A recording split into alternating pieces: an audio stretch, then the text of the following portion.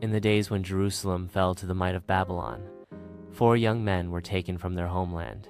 Daniel, Hananiah, Mishael, and Azariah, youths of noble birth, were chosen to serve in the palace of King Nebuchadnezzar. Though exiled, they carried with them the fire of their faith and the strength of their God. Brought into a foreign land with foreign customs, they were offered rich food and wine from the king's table. But Daniel resolved in his heart not to defile himself. He humbly asked for vegetables and water instead.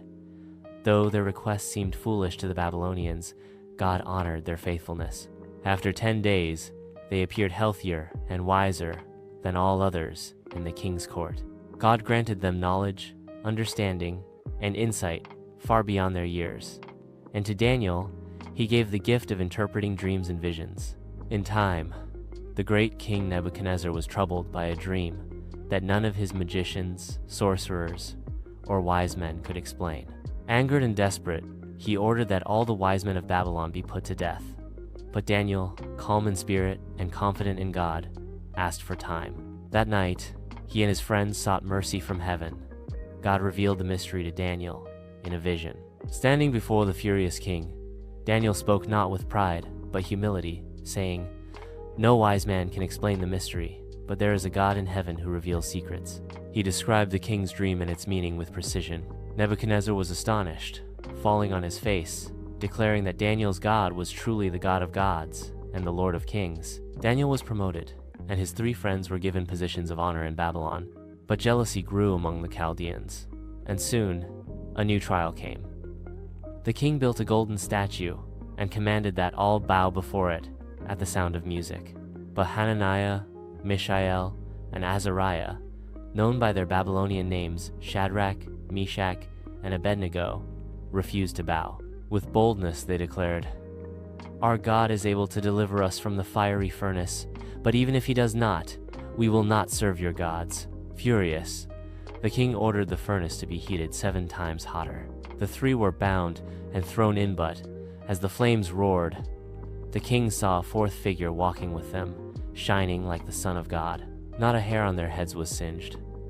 They emerged unharmed, and the king praised their God, declaring that no other God could save in such a way. Years passed. Kings rose and fell. Daniel remained faithful, growing in wisdom and favor. Under King Darius, Daniel was elevated again, placed above the administrators and governors of the land. But envy stirred once more. Knowing Daniel would never break God's law, his enemies tricked the king into signing a decree that no one could pray to any god or man except the king himself for 30 days. But Daniel, as was his custom, opened his windows toward Jerusalem and prayed 3 times a day. Caught in the act, he was brought before the king. Though Darius admired Daniel, the law could not be revoked. With great sorrow, the king ordered Daniel thrown into the den of lions. That night, the king fasted and did not sleep.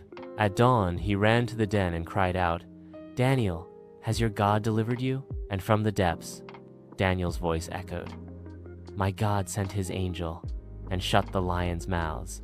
They have not harmed me."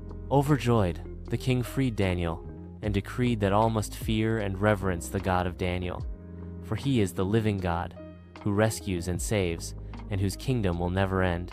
Through every trial in the court of kings, in the flames of fire, and in the den of lions, Daniel and his companions remained faithful. And God, who is ever faithful, honored them, protected them, and lifted them high. Their story stands as a light through the ages, a story of courage, devotion, and unshakable trust in the